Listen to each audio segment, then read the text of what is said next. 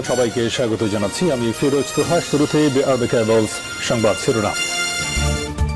পুরোদমে Israel Iran Hezbollah যুদ্ধ চলছে, জানিয়ে দিব আমাদের হাতে থাকা সর্বশেষ গুরুত্বপূর্ণ আপডেট আন্তর্জাতিক সংবাদ। শুরুতেই জানিয়ে দিব দেশের মাটিতেই পড়ল ইসরায়েলের মিসাইল। ইরাক থেকে ড্রোন হামলা চালানো হয়েছিল, আর সেই ড্রোন ভূপাতিত করতে ইন্টারসেপ্টর মিসাইল ছুড়ছিল ইসরায়েল, কিন্তু ওই ড্রোনটি ইসরায়েলের দক্ষিণ অঞ্চলীয় রিসোর্ট সিটি এইলাতে গিয়ে আঘাত হানে, আর ড্রোনটি ধ্বংস করতে ছোড়া ইন্টারসেপ্টর মিসাইলটিও পড়ে ইসরায়েলের ভিতরেই। এরপর জানিয়ে দিব বাইডেন তৃতীয় বিশ্বযুদ্ধ চায়, ট্রাম্প পুত্রের বিস্ফোরক অভিযোগ। মার্কিন প্রেসিডেন্ট জো বাইডেনের বিদায়ী সময় নেওয়া এক বিতর্কিত সিদ্ধান্ত গিয়ে তোলপাড় শুরু হয়েছে। রাশিয়ার ভূখণ্ডে হামলার জন্য ইউক্রেনকে দূরপাল্লার মার্কিন ক্ষেপণাস্ত্র ব্যবহারের অনুমতি দেওয়ার খবরে ক্ষুব্ধ হয়েছেন নবনির্বাচিত প্রেসিডেন্ট ডোনাল্ড ট্রাম্পের বড় ছেলে ডোনাল্ড ট্রাম্প জুনিয়র। এদিকে যুক্তরাষ্ট্রের যুদ্ধবিরতি প্রস্তাবে রাজি হিজবুল্লাহ। ইসরায়েলের সঙ্গে যুদ্ধবিরতির বিষয়ে যুক্তরাষ্ট্রের দেয়া প্রস্তাবে কিছু মন্তব্য সহ সম্মতি দিয়েছে লেবানন ও হিজবুল্লাহ। সোমবার 18 নভেম্বর দেশটির এক শীর্ষ কর্মকর্তা বার্তা সংস্থা রয়টার্সকে এই তথ্য জানিয়েছে। এরপর জানিয়ে দিব রাশিয়া ও ইরানের উপর নতুন নিষেধাজ্ঞা যুক্তরাজ্যের। রাশিয়া ও ইরানের উপর নতুন করে নিষেধাজ্ঞা আরোপ করেছে যুক্তরাজ্য। আন্তর্জাতিক রাজনীতিতে উত্তেজনার পারদ আরও বাড়িয়ে দিয়েছে নতুন করে এ নিষেধাজ্ঞা। এবং সর্বশেষ জানিয়ে দিব সৌদিতে 21,267 জন প্রবাসী গ্রেপ্তার। সৌদি আরবে 21,267 জন প্রবাসী গ্রেপ্তার করেছে দেশটির পুলিশ। তাদের বিরুদ্ধে আবাসন, শ্রম ও সীমান্ত আইন ভঙ্গের অভিযোগে রয়েছে। গ্রেপ্তারকৃতদের মধ্যে 18,508 জন পুরুষ এবং 2,759 জন নারী। খবর গালফ নিউজের। রোববার 17 নভেম্বর এক বিবৃতিতে সৌদির স্বরাষ্ট্র মন্ত্রণালয় জানিয়েছে, সরকারের অন্যান্য সংস্কারের সঙ্গে সম্মতিভাবে গত 7 নভেম্বর থেকে দেশজুড়ে বিশেষ অভিযান শুরু করে পুলিশ। এ সময় 11,660 জনকে আবাসন আইন ভঙ্গ, 5,285 জনকে সীমান্ত বিধি ভঙ্গ এবং 3,232 জনকে শ্রম আইন ভঙ্গের দায়ের গ্রেপ্তার করা হয়েছে। প্রিয় দর্শক, এতক্ষণ শুনছিলেন সংবাদ শিরোনাম, এরপর বিস্তারিত। তবে তার আগে বন্ধু জানিয়ে দিন আপনি কোন স্থান থেকে আমাদের সংবাদটি দেখছেন এবং শুনছেন। জানিয়ে দিন এই সংবাদ সম্পর্কে আপনার মূল্যবান মতামত। আর বন্ধু, গাজা যুদ্ধে আপনি যদি নিরীহ ফিলিস্তিনিদের ভালোবেসে থাকেন তাহলে কমেন্টে ইয়েস লিখে বিশ্ববাসীকে জানিয়ে দিন। আর আপনি যদি আমাদের চ্যানেলে নতুন হয়ে থাকেন তাহলে ভিডিওটি দেখতে দেখতে চ্যানেলটি সাবস্ক্রাইব করে রাখুন, যাতে করে আমাদের পরবর্তী সংবাদগুলো সবার আগে আপনার কাছে পৌঁছে যায়। এবারে বিস্তারিত। দেশের মাটিতেই পড়ল ইসরায়েলের মিসাইল। ইরাক থেকে ড্রোন হামলা চালানো হয়েছিল, আর সেই ড্রোন ভূপাতিত করতে ইন্টারসেপ্টর মিসাইল ছুড়ছিল ইসরায়েল, কিন্তু সেই ড্রোনটি ইসরায়েলের দক্ষিণ অঞ্চলীয় রিসোর্ট সিটি এই এলাকাতেই গিয়ে আঘাত হানে, আর ড্রোনটি ধ্বংস করতে ছোড়া ইন্টারসেপ্টর মিসাইলটিও পড়ে ইসরায়েলের ভিতরেই। ইসরায়েলের প্রতিরক্ষা বাহিনী জানিয়েছে, এই ড্রোন লক্ষ্য করে বেশ কয়েকটি ইন্টারসেপ্টর মিসাইল ছোড়া হয়, সেগুলোরই একটি এইলাতে গিয়ে পড়ে। তবে এ ঘটনায় হতাহতের কোনো খবর জানা যায়নি বলে জানিয়েছে টাইমস অফ ইসরায়েল। সোশ্যাল মিডিয়ায় ছড়িয়ে পড়া ভিডিওতে দেখা যায় শহরের আকাশের উপর দিয়ে ছুটে যাচ্ছে মিসাইলটি। এরপর সেটি উপকূলীয় এলাকায় একটি হোটেলে গিয়ে পড়ে। এর দৃশ্য দেখে স্থানীয়রা ভীত হয়ে পড়ে, তবে মিসাইল আঘাত হানলেও বিস্ফোরণের কোনো শব্দ পাওয়া যায়নি। এর আগে ইসরায়েলি বাহিনী জানায় ড্রোনটি সফলভাবে ভূপাতিত করা গেছে। জনপ্রিয় পর্যটন শহরে ওই মিসাইল আঘাত হানার ঘটনা তদন্তের ঘোষণা দিয়েছে ইসরায়েলের সেনাবাহিনী। কেন ড্রোনটি ভূপাতিত করতে গিয়ে মিসাইল এইলাতে পড়ল তা খতিয়ে দেখবে তারা।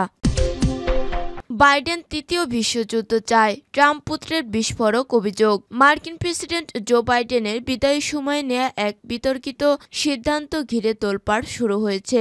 রাশিয়ার ভূখণ্ডে হামলার জন্য ইউক্রেনকে দূরপাল্লার মার্কিন ক্ষেপণাস্ত্র ব্যবহারের অনুমতি দেওয়ার খবর ক্ষুব্ধ হয়েছেন নবনির্বাচিত প্রেসিডেন্ট ডোনাল্ড ট্রাম্পের বড় ছেলে ডোনাল্ড ট্রাম্প জুনিয়র। এক্সে দেয়া এক পোস্টে ট্রাম্প জুনিয়র বলেন, মার্কিন মিলিটারির ইন্ডাস্ট্রিয়াল কমপ্লেক্স নিশ্চিত করতে চায়। আমার বাবা শান্তি প্রতিষ্ঠার সুযোগ পাওয়ার আগেই তারা তৃতীয় বিশ্বযুদ্ধ শুরু করবে। বাইডেন প্রশাসনের সিদ্ধান্তের করা সমালোচনা করে তিনি একে বিপজ্জনক এবং উস্কানিমূলক বলে আখ্যা দিয়েছেন। নিউ ইয়র্ক টাইমসের তথ্য অনুযায়ী বাইডেন প্রশাসন সম্প্রতি ইউক্রেনকে রাশিয়ার ভূখণ্ডে হামলার অনুমতি দিয়েছে। আগে এই ধরনের পদক্ষেপ নিতে মার্কিন প্রশাসন সতর্ক ছিল, কারণ এটি রাশিয়ার পাল্টা প্রতিক্রিয়ার ঝুঁকি তৈরি করতে পারে। ফ্রান্স জানিয়েছে ফ্রান্স এবং যুক্তরাজ্য একই পথে হেঁটে তাদের অস্ত্র ব্যবহারের অনুমতি দিয়েছে। যুক্তরাষ্ট্রের এই পদক্ষেপে ক্ষুব্ধ রাশিয়ার কঠোর প্রতিক্রিয়া জানিয়েছে। রুশ আইন প্রণেতা আন্দ্রাই ক্লিসাস হুঁশিয়ারি দিয়ে বলেছেন, যুক্তরাষ্ট্রের মিসাইল ব্যবহার করে ইউক্রেন যদি রাশিয়ায় হামলা চালায় তবে তা তৃতীয় বিশ্বযুদ্ধের সূচনা করবে।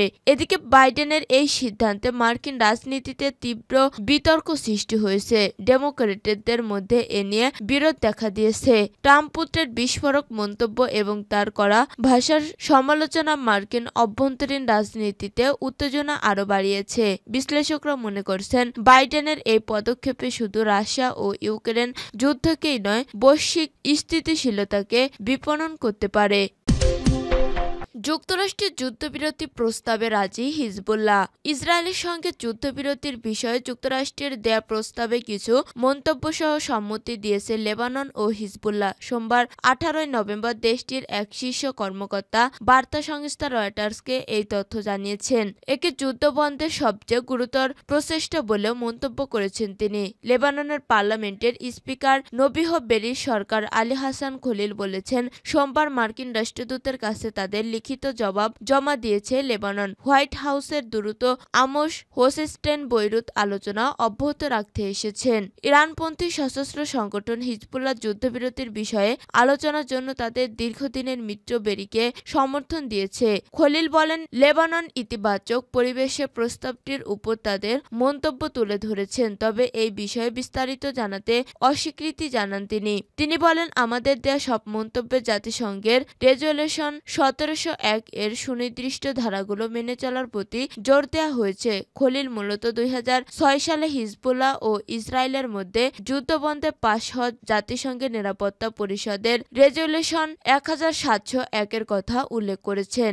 এই প্রস্তাবে লেবানন ইসরায়েল সীমান্ত ও লিটানি নদীর যা সীমান্ত থেকে প্রায় 30 কিলোমিটার উত্তরে অবস্থিত মধ্যবর্তী এলাকায় হিজবুল্লাহর যেকোনো সশস্ত্র উপস্থিতি নিষিদ্ধ করা হয়েছে। খলিল বলেন, এই উদ্যোগের সাফল্য এখন ইসরায়েলের উপর নির্ভর করছে। যদি ইসরায়েল সমাধান না চায় তাহলে তারা 100টি সমস্যা সৃষ্টি করতে পারে। তবে ইসরায়েলের পক্ষ থেকে তাৎক্ষণিক কোনো মন্তব্য পাওয়া যায়নি, কিন্তু ইসরায়েল দীর্ঘদিন ধরে দাবি করে আসছে রেজলিউশন 1701 সঠিকভাবে বাস্তবায়িত হয়নি।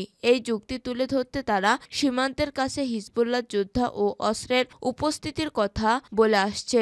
অন্যদিকে লেবানন ইসরায়েলে তার আকাশসীমায় যুদ্ধবিমান ওড়ানোর মতো লঙ্ঘনের জন্য অভিযুক্ত করেছে। রাশিয়া ও ইরানের উপর নতুন নিষেধাজ্ঞা যুক্তরাজ্যের। রাশিয়া ও ইরানের উপর নতুন করে নিষেধাজ্ঞা আরোপ করেছে যুক্তরাজ্য। আন্তর্জাতিক রাজনীতিতে উত্তেজনার পারদ আরও বাড়িয়ে দিয়েছে নতুন করে এই নিষেধাজ্ঞা। সোমবার 18 নভেম্বর যুক্তরাজ্যের সরকারি তথ্য অনুযায়ী নিষেধাজ্ঞার আওতায় রয়েছে একটি ইরানি এয়ারলাইন্স, একটি শিপিং গ্রুপ এবং রাশিয়ার পোর্ট ওয়াল 3 নামক জাহাজ। খবর রয়টার্স। এর আগে 2022 সালে ইউক্রেন যুদ্ধ শুরুর পর থেকে রাশিয়ার বিরুদ্ধে ধারাবাহিক নিষেধাজ্ঞা আরোপ করে আসছে পশ্চিমা দেশগুলো। এর নিষেধাজ্ঞা কার্যক্রমের নেতৃত্বে রয়েছে যুক্তরাষ্ট্র। এর মূল উদ্দেশ্য হল রাশিয়াকে আন্তর্জাতিক বাণিজ্য থেকে বিচ্ছিন্ন করা এবং এর অর্থনীতিকে দুর্বল করা। তবে নিষেধাজ্ঞার আওতায় শুধু রাশিয়াতেই সীমাবদ্ধ নয়, রাশিয়ার মিত্র দেশ হিসেবে চীন ও ইরান সহ আরও অনেক দেশের উপর নিষেধাজ্ঞা দেওয়া হচ্ছে। মস্কোকে সমর্থনের অভিযোগে তাদের বিভিন্ন সংস্থাও নিষেধাজ্ঞার শিকার। এমনকি ভারতীয় কিছু কোম্পানিও মাঝে মধ্যে এই তালিকায় অন্তর্ভুক্ত হয়েছে। এদিকে নিষেধাজ্ঞা দেওয়ার পাশাপাশি পশ্চিমা দেশগুলো ইউক্রেনকে বিপুল অর্থ ও সামরিক সহায়তা প্রদান করে আসছে। তবে সাম্প্রতিক মার্কিন নির্বাচনে রিপাবলিকান প্রার্থী ডোনাল্ড ট্রাম্পের জয়লাভের ফলে ইউক্রেনের জন্য এই সহায়তা নিয়ে অনিশ্চিত তৈরি হয়েছে। এ অবস্থায় ইউক্রেনের প্রেসিডেন্ট ভলোদিমির জেলেনস্কি যুদ্ধবন্ধের আগে চেয়ে নমনীয় অবস্থান নিয়েছেন এবং শান্তিপূর্ণ সমাধানের বাস্তবায়নের দিকে এগোতে চেষ্টা করেছেন। যুক্তরাজ্যের এই সিদ্ধান্ত নিয়ে বিশ্লেষকরা বলছে, যুক্তরাজ্যের এই সিদ্ধান্তেও বৈশ্বিক অঙ্গনে নতুন চ্যালেঞ্জ তৈরি করবে এবং নতুন নিষেধাজ্ঞার ফলে রাশিয়া ও ইরানের উপর আন্তর্জাতিক